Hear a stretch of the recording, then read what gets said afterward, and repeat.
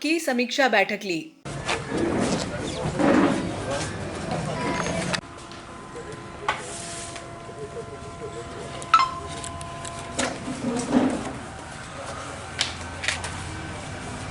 नागदा और खासरोद अनुभाग की क्राइम मीटिंग एसपी ने शुक्रवार को सीएसपी कार्यालय पर आहूत की, जिसमें एसपी ने वर्ष 2023 की समाप्ति और वर्ष 2024 के शुभारंभ को लेकर कार्य योजना के संबंध में विस्तार से चर्चा की। मादक पदार्थों की बिक्री को लेकर शहर में पुलिस ने पूर्व में भी कार्रवाई की है। यदि अभी भी किसी की संलिप्तता है तो उसके खिलाफ ठोस कार्रवाई की जाएगी। नागदा सहित आसपास के क्षेत्रों में बाइक चोरी एवं कंजर मूवमेंट को रोकने के संबंध में एसपी ने कहा कि नगर व ग्रामीण सुरक्षा समिति के सदस्यों के साथ मिलकर पुलिस गश्त बढ़ाई गई है। ऐसी मूवमेंट्स को रोकने के लिए नागरिकों से पुलिस सहयोग की अपेक्षा है। वहीं पूर्व के अपराधियों व संपत्ति संबंधित अपराधियों पर नकेल कसने के लिए पुलिस सतत रूप से कार्रवाई कर रही है। एसपी ने कहा कि यदि कोई घटना घटित होती है तो उसका स्केच तैयार करना होता है। यदि कोई लापरवाही कर रहा है तो उसके खिलाफ भी कार्रवाई की जाएगी। नागदा में पूर्व में पुलिस व अन्य विभागों में जो अधिकारी मौजूद रहे हैं उनका सूचना तंत्र अच्छा हो गया था, जिसके कारण अपराधों पर काफी हद तक अंकुश था। वर्तमान अधिकारियों का भी सूचना तंत्र सक्रिय होते ही अपराधों पर नियंत्रण होगा। शहर में लगे हुए सीसीटीवी कैमरे के मरम्मतीकरण के संबंध में एसपी ने कहा कि किस मद से लगे हैं, यदि जिला मुख्यालय से लगे हैं तो इस संबंध में कार्रवाई की जाएगी। एक कॉलोनाइजर से 25 लाख रुपए की फिरौती के मामले में एसपी ने कहा कि जिस नंबर से राशि मांगने के लिए मोबाइल कॉल किया गया था, पुलिस ने अपनी तकनीक का उपयोग किया है, कारण उसकी पुनरावृत्ति नहीं हुई, जिसके कारण विवेचना नहीं हुई। चेन स्नैचिंग के मामले में एसपी ने बताया कि कुछ अंतरराज्यीय गिरोह के सदस्य होने की शंका पर पुलिस ने आसपास के जिले में जाकर दबिश दी थी। नागदा आने का क्या प्रयोजन रहा था? उज्जैन जिले में दो जो अनुभाग हैं, नागदा और खाचरोद, इनकी क्राइम मीटिंग ली गई थी और क्राइम मीटिंग में प्रमुख तौर पे जो पेंडिंग अपराध और बाकी जो विशेष पॉइंट्स रहते हैं, कैसे हमें आने वाले समय में खासकर जो वर्ष अंत है वो और जो आने वाला साल है उसमें हमारी क्या प्राथमिकताएं होनी चाहिए, क्या कार्य योजनाएं होनी चाहिए, उसको लेकर विस्तृत चर्चा की गई है।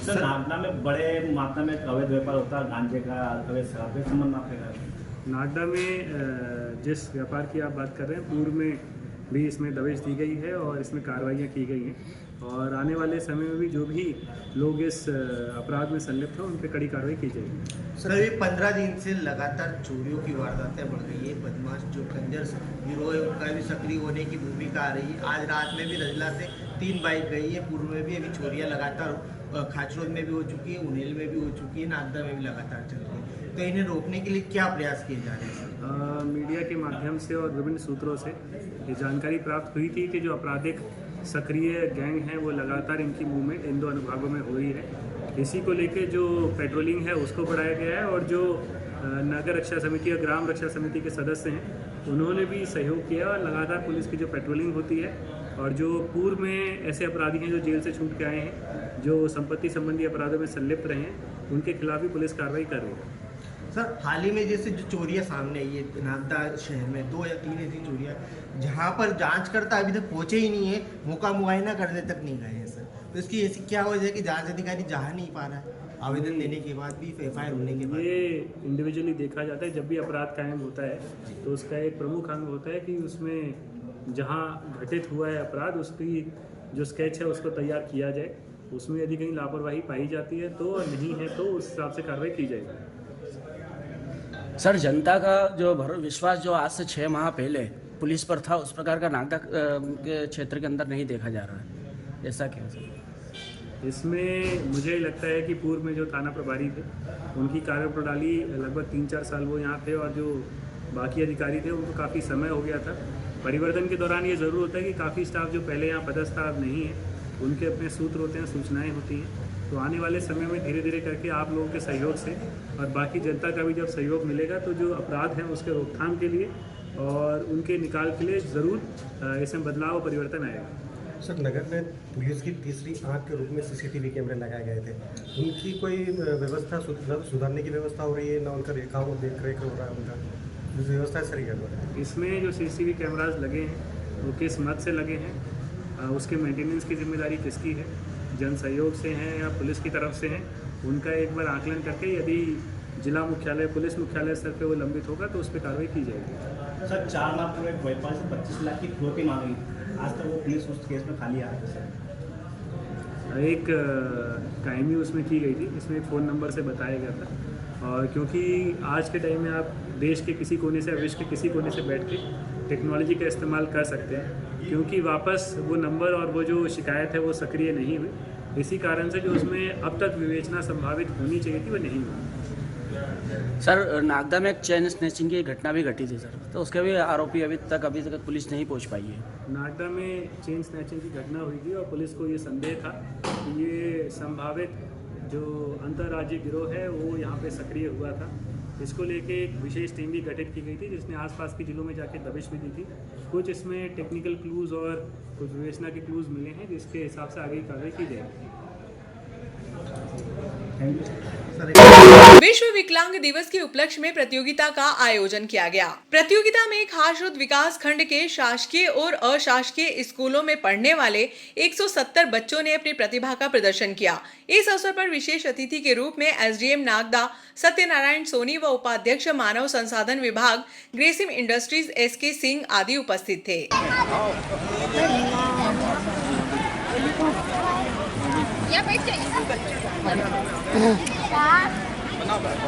चलाती रहे ना।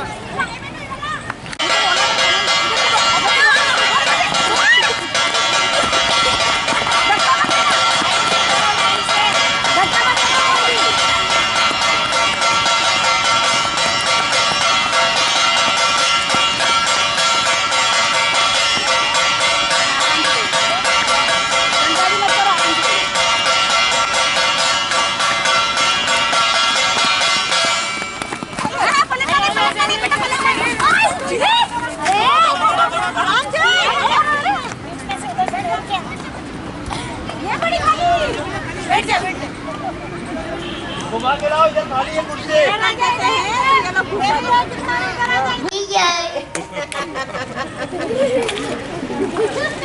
मॉडरेट करने के लिए मॉडरेट है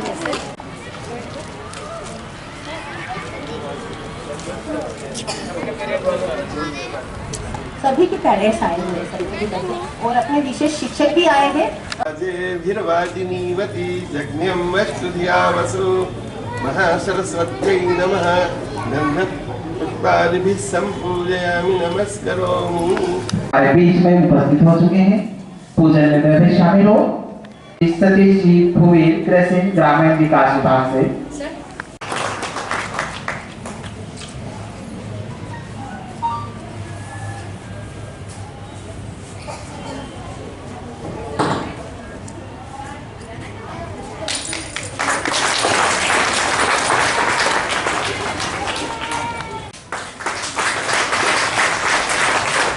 स्वागत की कड़ी को आगे बढ़ाते हुए CSR हेड का स्वागत करना भूवीर जी का स्वागत करें।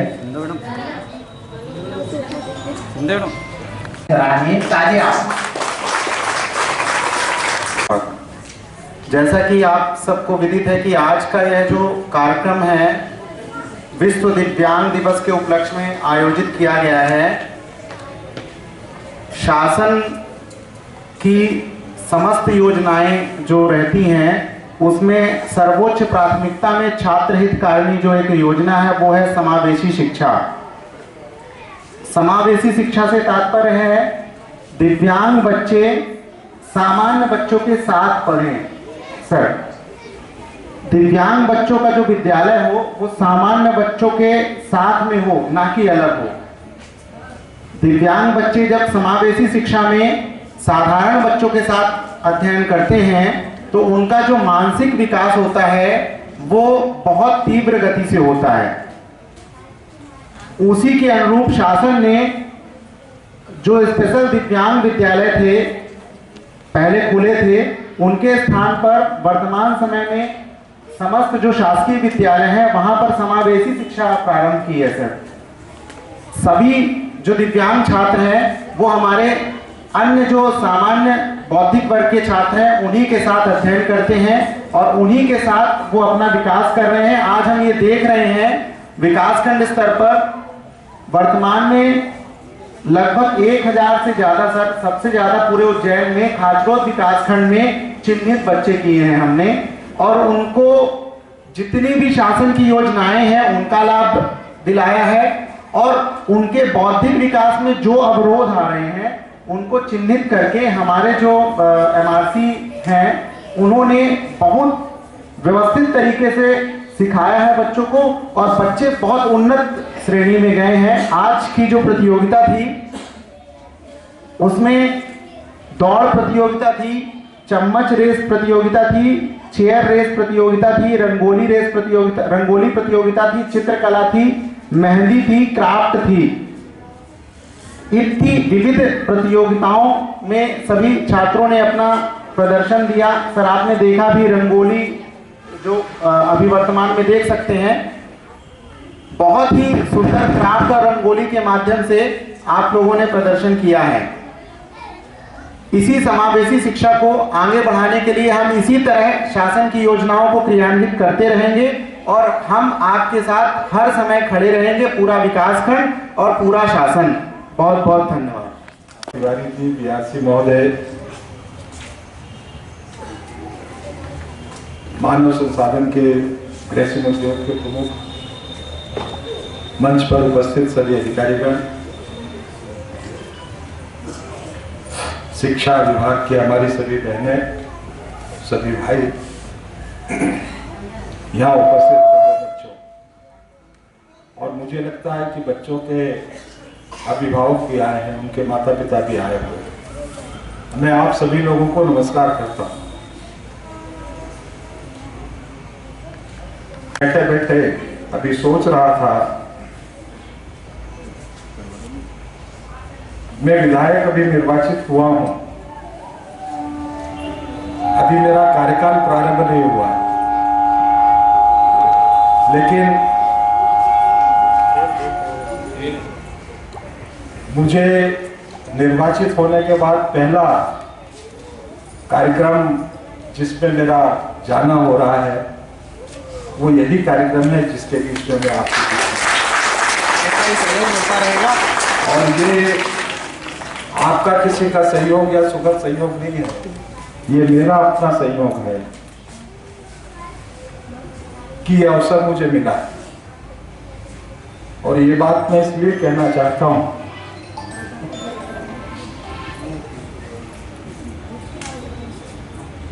अभी तिवारी जी बता रहे थे कि समावेशी शिक्षा, और हम प्रयत्न करेंगे कि सब बच्चे एक साथ पढ़ें, और वास्तव में इन बच्चों के विकास का सबसे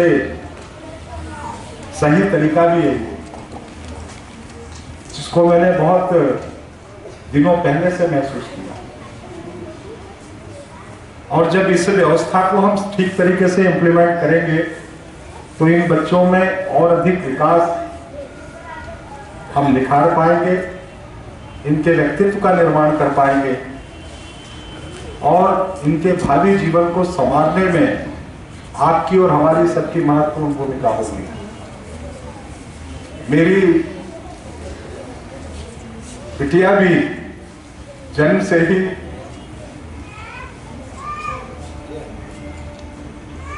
मेंटल डिसऑर्डर है, और मैंने शुरू से ये महसूस किया कि उसकी सेवा के लिए, परवरिश के लिए ईश्वर ने मुझे चुना। और यहाँ जितने अभिभावक बैठे हुए और केवल बच्चों के माता पिता नहीं, यहाँ जितने भी HR के और शासकीय विभाग के जितनी बहनें यहाँ पर उपस्थित हैं, मैं ये मानता हूँ कि आप को भी ईश्वर ने उन दूसरे अन्य लोगों से ज्यादा श्रेष्ठ माना है कि ये जवाबदारी आपके कंधों पर दी। इस जवाबदारी को हर कोई व्यक्ति नहीं निभा पाता। मैंने कई बार परिवार में, समाज में देखा है, बच्चों को घर पर ताला लगाकर बंद करके चले जाते हैं। मैंने कई बार देखा है शादी में जाएंगे, बाजार में जाएंगे, कहीं घूमने जाएंगे, साथ में बच्चों को नहीं ले जाएंगे। शायद दिमाग में ये वाली बात होती है कि हम अपने इस बच्चे को साथ में ले जाएंगे तो जहां पहुंचेंगे वहां पर हमारा सम्मान कम हो जाएगा, हमारा प्रभाव कम हो जाएगा, हमें असुविधा होगी। और उस असुविधा से बचने के लिए हम अपने इन प्यारे बच्चों को अपने से दूर कर देते हैं, अपने से। और आज इस अवसर पर जब इस कार्यक्रम में मुझे आने का अवसर मिला है तो यहाँ उपस्थित सभी अभिभावकों से मेरा करबद्ध निवेदन है कि ये भी ईश्वर की बनाया हुआ वो उपहार है, ये साधारण बच्चों से कम नहीं है। केवल आवश्यकता इस बात की है कि आप के दृष्टिकोण में वही व्यवहार, वही आचार, वही विचार इन बच्चों के लिए आए और इन बच्चों को भी आप अपने साधारण बच्चों के और परिवार के सदस्य की तरह ही व्यवहार में लाए। और ये सब यदि हमने अपने घर से प्रारंभ कर दिया और फिर घर के बाद समावेशी शिक्षा के रूप में अपने विभाग से भी प्रारंभ कर दिया तो इन बच्चों के भविष्य को हम ठीक तरीके से निखारने का काम कर पाएंगे। जीवन सुमन खिला, गौरवगंध उन्हें उतना ही यत्र तत्र सर्वत्र मिला। ये गौरवगंध सदैव इन बच्चों की मुस्कुराहटों में हमें दिखता रहे। शिक्षा के क्षेत्र से जुड़े आदरणीय विधायक महोदय जी पूर्व में भी शिक्षा के क्षेत्र से जुड़े हुए और पूरे हृदय से, मर्मस्पर्शी हृदय से जो उनकी इस मामले में, इस पूरे शिक्षा विभाग के इस दिव्यांगता के प्रति उनकी भावनाएं जो उजागर हुई है, उन भावनाओं का हम पूरे हृदय से सम्मान करते हैं और साथ ही ये विश्वास दिलाते हैं कि हम इस क्षेत्र में जो अच्छे से अच्छा होगा वे करेंगे। और हाँ, प्रत्येक बार आपको आमंत्रित करना नहीं भूलेंगे। एक बार तालियां हो जाए इस बात पर। और इसके घंटी बजी स्कूल की, चलो स्कूल तुमको पुकारे। पल पल पल रोशनी जो मिली स्कूल की, जगमगाओगे तुम बन के तारे। सुनो घंटी बजे स्कूल की, चलो स्कूल तुमको पुकारे। पल पल पल रोशनी जो मिली स्कूल की, जगमगाओगे तुम बन के तारे।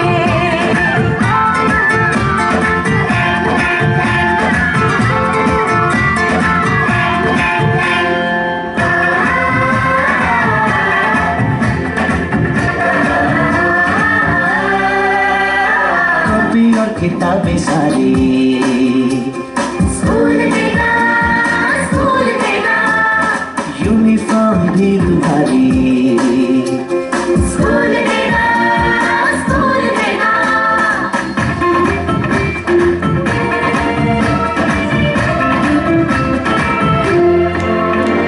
स्कूल अब घर से दूर नहीं है, कम हो गए फासले। पहुंचोगे स्कूल के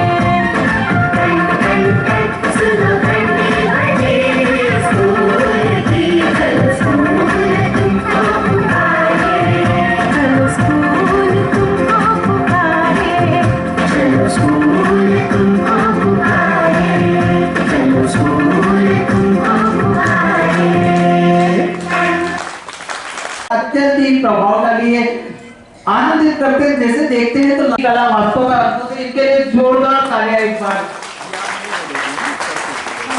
हमारे आज के अध्यक्ष महोदय और